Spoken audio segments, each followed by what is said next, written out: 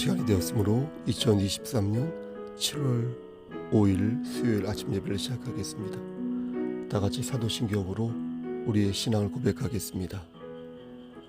전능하사 천지를 만드신 하나님 아버지를 내가 믿사오며 그 외아들 우리 주 예수 그리스도를 믿사오니 이는 성령으로 잉태하사 동정녀 마리아에게 나시고 본디오 빌라도에게 고난을 받으사 십자가에 못 박혀 죽으시고 장사한 지 사흘 만에 죽은 자 가운데에서 다시 살아나시며 하늘에 오르사 전능하신 하나님 우편에 앉아 계시다가 저리로서 산 자와 죽은 자를 심판하러 오시니이다.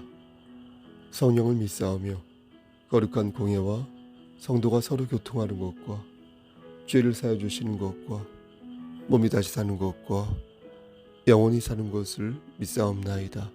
아멘. 거룩하시고 자비로우신 하나님 아버지, 하나님의 크신 사랑을 진심으로 감사드립니다. 오늘도 우리에게 새로운 하루를 허락하셔서 예배로 하루를 열 수 있도록 혹은 예배 드릴 수 있도록 허락하여 주신 은혜 감사합니다. 하나님, 오늘도 성령 하나님과 동행하는 귀한 삶 될 수 있도록 하시고 우리에게 주어진 사명을 기쁨으로 감당하는 그런 우리의 삶 될 수 있도록 주여 강권적으로 우리의 삶을 들어 역사하여 주시옵소서. 하나님께서 함께하지 아니하신다면 우리는 아무것도 할 수 없사오니 주여 우리와 동행하여 주시사 우리의 삶을 선도하여 주시고 말씀 안에서 아름다운 열매를 맺을 수 있도록 우리의 삶을 들어 사용하여 주시옵소서. 심신이 연약한 자들에게 찾아가 주셔서 저들의 질병을 치료하여 주시고 저들의 연약한 부분을 만져주시사 건강이 회복될 수 있도록 하시고 여러 수술과 진료를 계획하고 있는 우리 지체들에게 용기를 더하여 주시옵소서. 공부하는 학생들에게도 지혜를 주시사 저들이 말씀 안에서 열매 맺을 수 있도록 하시고 머리가 될진데 꼬리가 되지 아니하도록 하나님께서 은총 베풀어 주시옵소서. 하나님, 사업장 위에도 함께 하시사 저들이 물질적으로 어려움이 없도록 하시고 저들의 곳간에 쌀이 잘 쌓임으로 인하여서 그것을 하나님께 하나님의 영광을 위하여 사용할 수 있도록 하나님 또 도와주시옵소서. 모든 말씀 예수 그리스도인 받들어 감사하며 기도드렸사옵나이다. 아멘.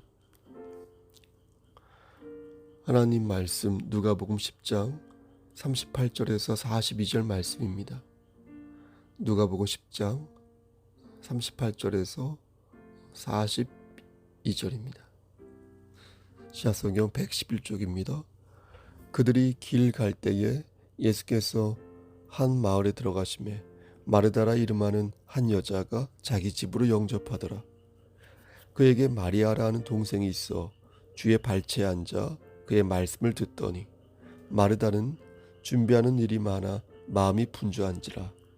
예수께 나아가 이르되 주여 내 동생이 나 혼자 일하게 두는 것을 생각하지 아니하시나이까. 그를 명하사 나를 도와주라 하소서. 주께서 대답하여 이르시되 마르다야 마르다야 네가 많은 일로 염려하고 근심하나 몇 가지만 하든지 혹은 한 가지만이라도 족하니라. 마리아는 이 좋은 편을 택하였으니 빼앗기지 아니하리라 하시니라. 아멘. 하나님, 이 말씀을 들어 사용하여 주시옵소서. 예수님의 이름으로 기도하였습니다. 아멘. 오래전에 서울시에서 어떤 발표한 내용이 있었는데요. 서울시에 있는 사람들은 애국가 있죠? 애국가를 좀 더 쉽게 부를 수 있다라는 그런 기사를 본 적이 있습니다. 애국가 소절 중에 대한 사람 대안으로 대한 사람 대안으로 라는 대목이 있죠. 이 부분에서 그 대한 사람 이 부분이 특히 부르기가 힘든데요. 전체적으로 노래 음역대를 낮추어서 사람들이 힘들지 않게 그 부분을 부를 수 있게 만들었다. 이런 기사였습니다. 3억대 정도를 낮추었다고 하니까 만약 F 코드로 시작하면은 C 코드로 바꾸어서 낮은 음으로 부를 수 있게 하였다는 것입니다. 음이 높지 않으면 아무래도 목에 부담이 가지 않아서 좋겠죠. 하지만 그게 쉽게 안 되는 이유가 있습니다. 여러분 잘 생각해 보십시오. 모든 곡을 그렇게 3역대로 정도로 낮추어서 부르면 합창할 때 복잡해지지 않겠습니까? 소프라노의 음을 낮추다 보니까 자연히 베이스의 음이 더 낮아지겠죠? 그렇게 되면 음이 너무 낮아서 베이스는 소리를 못 내게 됩니다. 마찬가지로 알토도 음이 낮아져서 소리를 못 낼 수 있습니다. 그러니까 좋은 것은 테너와 소프라노인데 음이 낮아지다 보니까 높은 소리에 대한 부담감이 줄어들어 쉽게 찬양할 수 있겠죠. 그러니까 소프라노 하나만 부를 때는 음을 낮춰 부르는 게 좋을 수 있지만 같이 합창으로 할 때는 이게 복잡해진다는 것입니다. 그래서 편곡을 다시 해야 제대로 된 합창을 할 수 있다는 것입니다.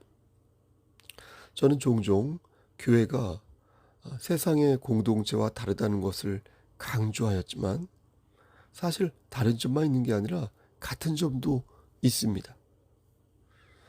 교회도 세상처럼 높낮이가 존재합니다. 비유하자면 소프라노를 해야 할 사람이 있고 낮은 베이스를 해야 할 사람이 있습니다.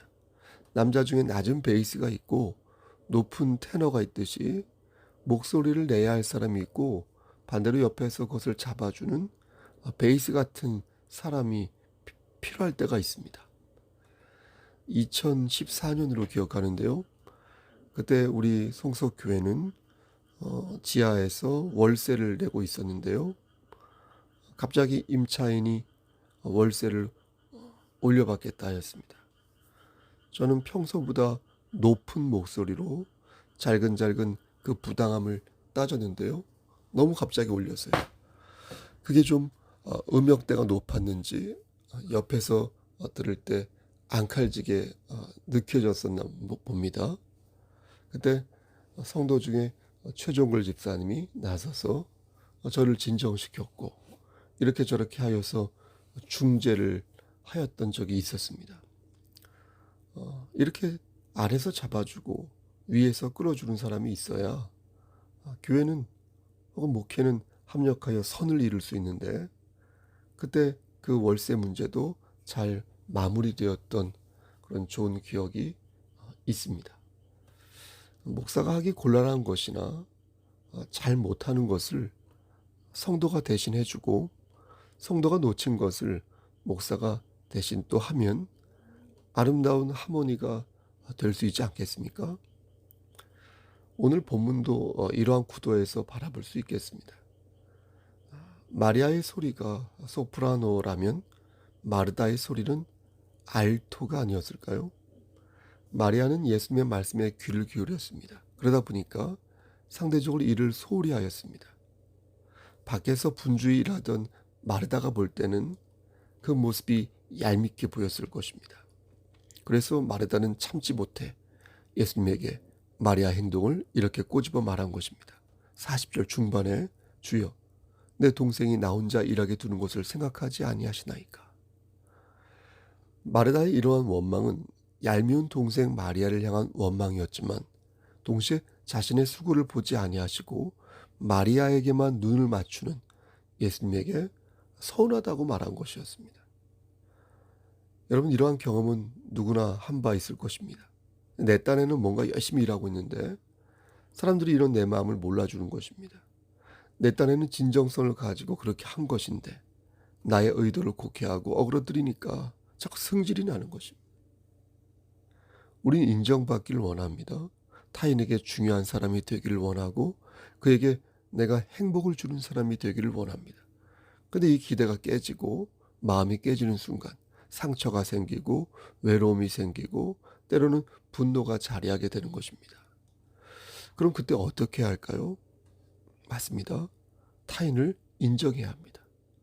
그가 얼마나 소중한 사람인지 인정할 줄 알아야 합니다. 예수님도 그러셨습니다.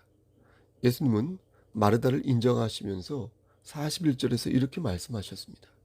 주께서 대답하여 이르시되 마르다야 마르다야 네가 많은 일로 염려하고 근심하라.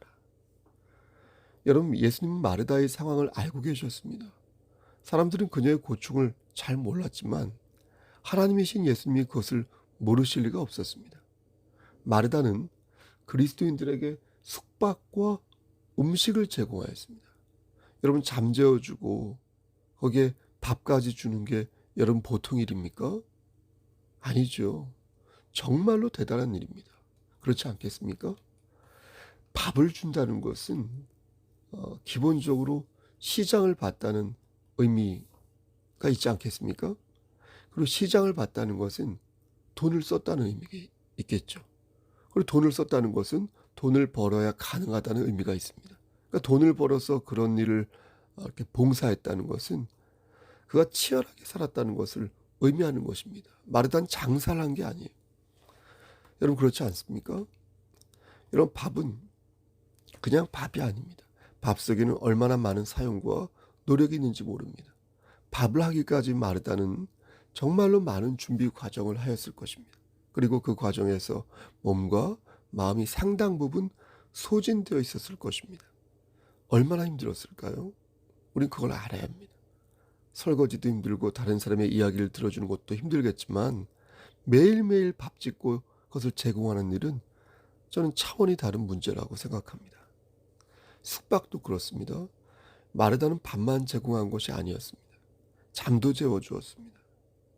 사람들에게 자장가를 불러줬단 말이 아니라 이불을 펴줬다는 것입니다. 여러분, 이불을 펴줬다는 것은요, 이불을 세탁하였다는 것을 의미합니다.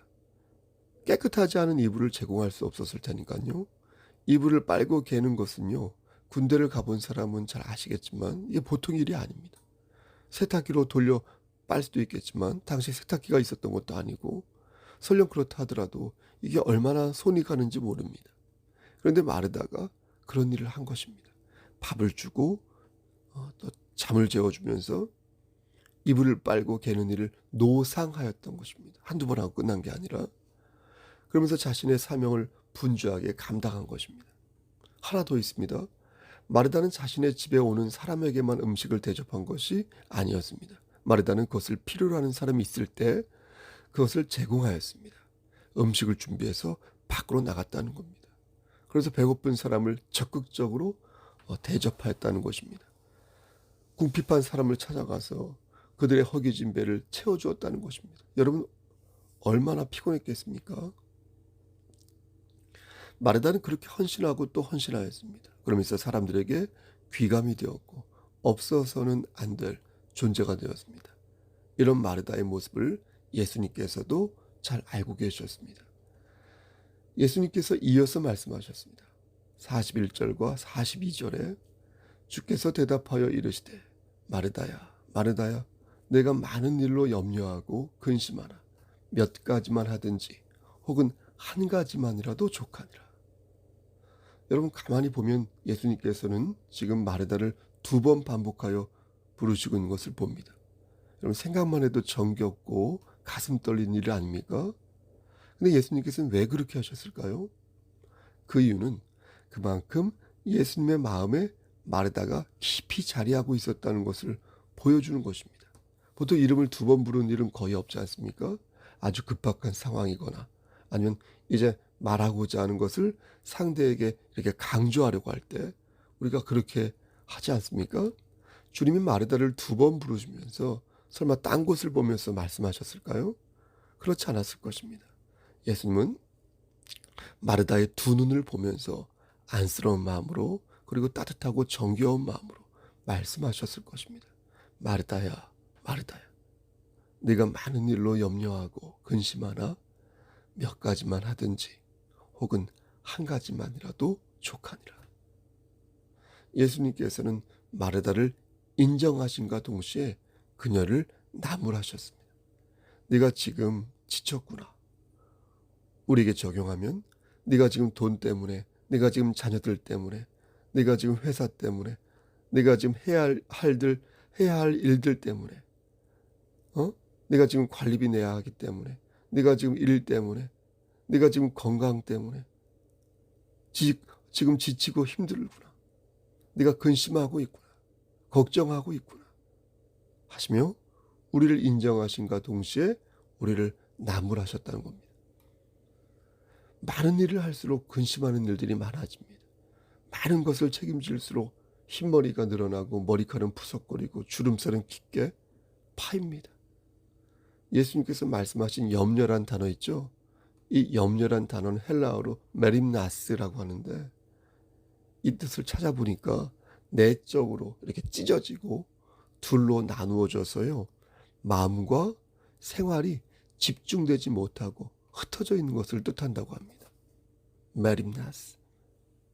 그러니까 마르다는 한다고는 했지만 그것이 염려가 되었던 것입니다. 얼마나 잘했겠습니까?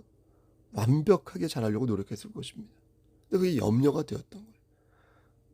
그래서 그녀의 마음을 힘들게 하고 그녀의 마음을 그 염려가 지치게 한 것입니다.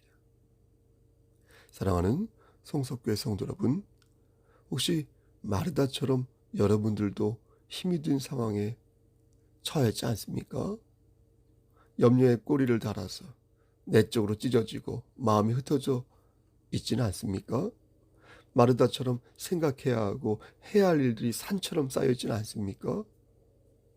여러분, 그럼 어떻게 해야 하겠습니까? 다 포기하고 기도원으로 갈까요? 예? 모든 것을 다 내려놓고 그냥 죽은 사람처럼 살까요? 예수님께서는 염려하는 우리에게 오늘 말씀을 들어 이렇게 말씀하십니다. 몇 가지만 하든지 한 가지만이라도 족하니라. 야, 성목사, 몇 가지만 하든지 한 가지만이라도 족하다. 여러분, 이게 무슨 말씀입니까? 한 가지가 무엇입니까? 그것은 마리아가 예수님의 발 아래 앉아 예수님의 말씀을 들었던 것입니다. 예배가 우리에게 기쁨이 되니 예배를 통하여 다시 힘을 얻으라는 주님의 말씀인 것입니다. 말씀을 전하는 저나 말씀을 듣는, 지금 여러분 듣고 계시잖아요. 여러분들이나 하나님의 말씀 안에서 다시 힘을 얻고 다시 독수리의 날갯짓을 하라는 것입니다. 성령님이 주시는 힘과 능력으로 이 험지인 세상을 돌파하라는 것입니다. 그럼 한 가지만이라도 족하다라고 말씀하신 예수님의 말씀을 듣고 마르다는 어떻게 변했을까요? 그가 했던 모든 일들을 다 중단했을까요? 숙박과 음식을 제공하는 일과 궁핍한 자들을 돕는 일을 다 중단했을까요? 그렇지 않았습니다. 마르다는 그 뒤에도 끝까지 자신이 맡은 일을 감당하였습니다. 하지만 그녀는 분명 변화되었습니다. 그녀는 이제 무엇이 귀한 것인지 알게 되었습니다. 가장 귀한 것인지, 물질적인 것보다 영적인 것을 더욱 추구하게 되었습니다. 자신이 해야 할 많은 것 중에서 가장 가치 있는 것이 무엇인지, 그게 무엇인지 분명히 알게 되었습니다. 사랑하는 성도 여러분, 경천노예 목사님들, 그러므로 예배 안에서 회복되기를 소원합니다. 예배 안에서 주님의 음성을 들으시기를 소원합니다. 예배 안에서 참 기쁨과 평안을 찾으시고 높고 낮음의 조화를 이루어 우리 교회가, 그리고 우리 노예가 오직 하나님께 영광만을 돌리기를 소원합니다. 오늘도 우리 교회가, 그리고 노예가 하나님 기쁘게 하는 그런 하늘의 권속되기를 우리를 죄에서 구속하여 주신 주 예수 그리스도인 받들어 간절히 축원합니다. 아멘.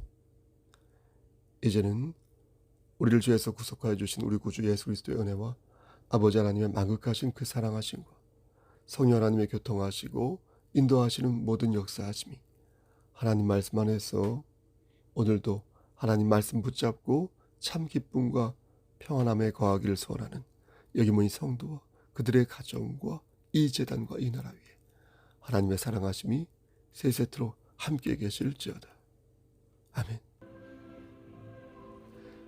예배를 마쳤습니다. 오늘은 수요 예배가 있습니다. 7시 반입니다. 예배당에서 예배드립니다. 여러분 직접 대면하여 예배를 드리면 얼마나 좋을까요? 여러분 수요 예배 시간을 기억하여 함께 기도하고 말씀 보고 그렇게 하였으면 좋겠습니다.